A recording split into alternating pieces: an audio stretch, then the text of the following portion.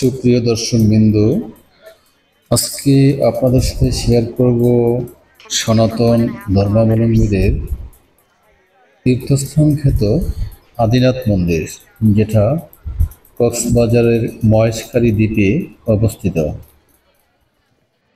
চলুন শুরু করা যাক। এই যে আমরা প্রথমেই পাহাড়ের নিচ থেকে মন্দিরের সিঁড়ি বেয়ে উপরের দিকে উঠছি।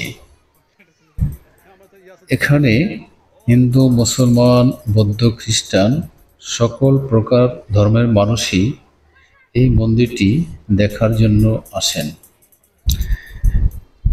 এবং মহেশখালীতে একমাত্র এই আদিনাথ মন্দিরটি হল প্রধান দর্শনীয় স্থান। এটিকে কেন্দ্র করে এখানে পর্যটকের মিলন মেলা বসে। প্রথমেই যে বিল্ডিংটি দেখতে পাচ্ছেন, এটি হলো এখানকার রিসিপশনের নিচে আপনাদেরকে জুতা রেখে যেতে হবে। তারপরে ভিতরের এই পার্ট, বাম পাশে বিল্ডিং, ডান পাশে হলো সমুদ্রের পাশে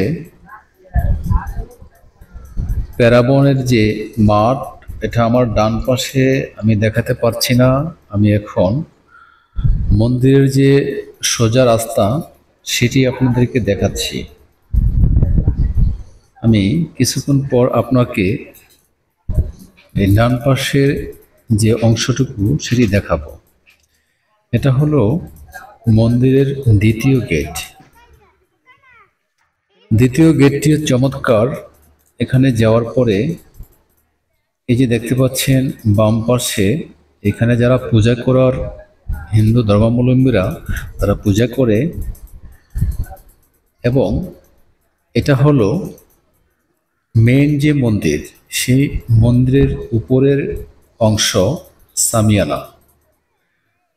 সবচেয়ে সামনে যেটা দেখতে পাচ্ছেন সেটাই হলো আসল আদিনাথ মন্দির।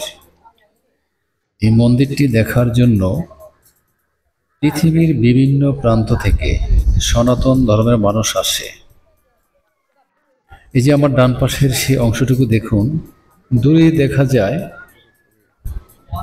প্যারাবন, এবং প্যারাবনের পাশে অত্যন্ত চমৎকার একটি লোকেশন, এবং সেখানে আসলেই দেখার মতো খুব দৃশ্য, অনেক মনোরম পরিবেশ, দেখলে প্রাণ জুড়িয়ে যাবে। ওইটা হলো বাঁকখালী নদী। মহেশখালীর পাশ দিয়ে এই বাঁকখালী নদীর পাশে গড়ে উঠেছে প্যারাবন। এই বনটি বিভিন্ন দুর্যোগের সময় এই দ্বীপটিকে রক্ষা করে। ভিডিওটি ভালো লাগলে আমার চ্যানেলটিকে অবশ্যই সাবস্ক্রাইব করবেন এবং আমার পাশে থাকবেন। ধন্যবাদ।